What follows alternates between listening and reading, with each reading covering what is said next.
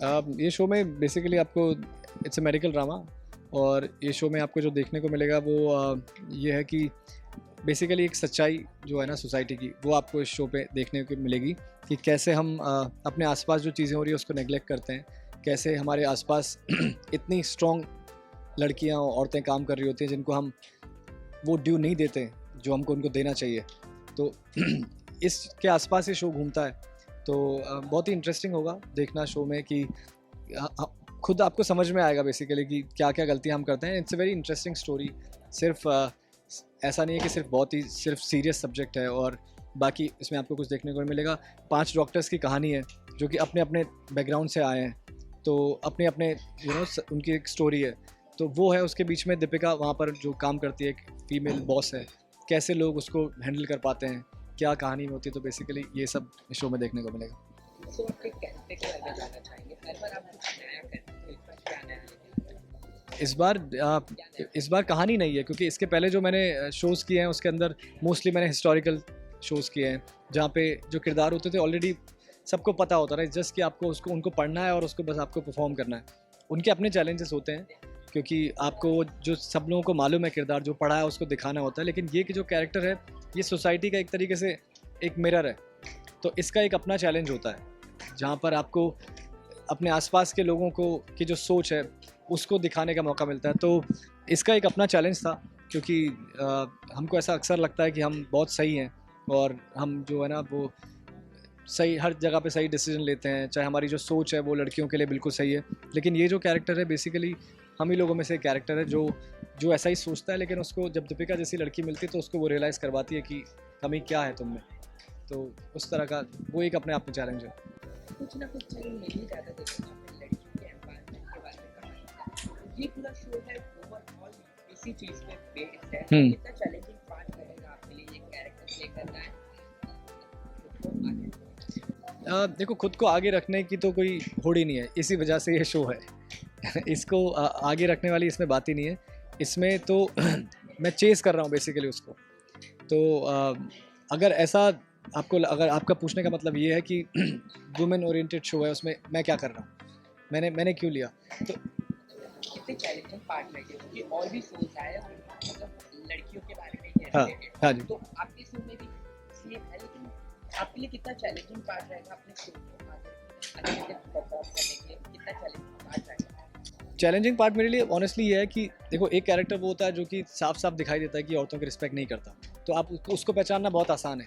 लेकिन वो कैरेक्टर ढूंढना जो कहता तो है कि मैं बहुत रिस्पेक्ट करता हूँ, लेकिन जब आप उससे बात करो तो आपको रियलाइज़ हो कि नहीं यार, ये भी है उन्हीं में से, वो रिस्पेक्ट नहीं देता ये जो ये हमको लग रहा है।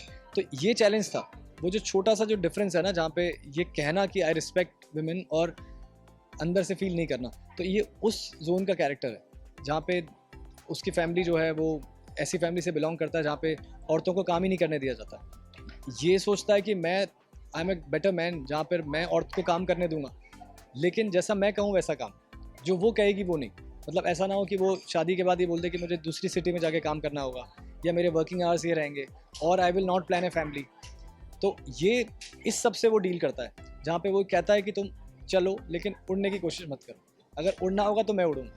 तो ये वो उस तरह का किरदार है। तो ये अपने आप में चैलेंज हो जाता है कि उस चीज़ को आपको जो प्ले करना होता है ना, वो थोड़ा सा ज़्यादा चैलेंजिंग है। तो और दूसरी बात, क्योंकि सर्जन है तो वो बीइंग ए सर्जन आपके पास डिफरेंट चैलेंजेस आते हैं, तो वो एक चैलेंज है और बहुत ही इंटरेस्टिंग किरदार है। जब ये शो देखेंगे तब आपको समझ में आएगा कि ये ओवरऑल शो क्या है। बिकॉज अभी आप मोस्टली सिर्फ दीपिका को जानते हैं, लेकिन शो के अंदर और बहुत कैरेक्टर्स हैं और बहुत सारे किरदार हैं जिनका इक्वली उतना ही काम है और उतना ही इम्पोर्टेंट काम है। तो इस कहानी को कहने के लिए ऐसा नहीं है कि आपको सिर्फ दीपिका चाहिए, इस कहानी को कहने के लिए आपको वो सब कैरेक्टर भी चाहिए जो उसको रोकते हैं, तब जाके दीपिका दीपिका बनती है। तो बेसिकली ये शो है।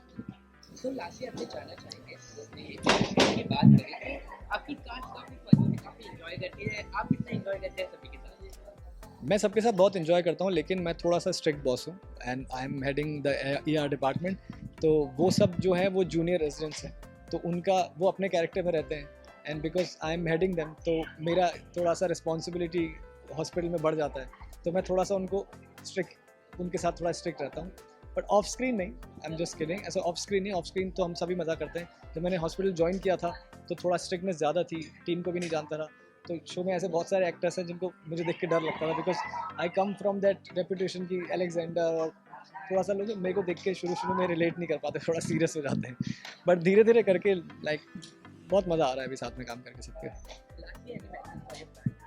फैंस के लिए फिर यही मैसेज है दैट आप लोग बहुत ही पेशेंट रहे हैं, इतने टाइम से आप लोग वेट कर रहे थे किसी शो आने का, फिर जब शो आया तो भी उसके बारे में पहले बहुत कुछ हम बोल नहीं सकते थे, बट अब फाइनली जब हम आ रहे हैं तो एक अच्छे स्टोरी के साथ में आ रहे हैं, अच्छे मैसेज के साथ में आ रहे हैं। सो धड़कन को ज़रूर देखिए, 6 दिसंबर से आ रहा है, सोमवार से शुक्रवार आएगा रात को 10 बजे। सब कुछ काम से फ्री होकर आप आराम से बैठ सकते हैं, एंड इतना रियलिस्टिक ड्रामा है कि आपको जो आप नॉर्मल शोज से जो आप पक चुके हैं, जिस वजह से बहुत सारे लोग हैं जैसे बोलते हैं कि हमें टीवी देखना पसंद नहीं है, आई एम श्योर आपको टीवी देखना अच्छा लगने लग जाएगा आफ्टर दिस शो।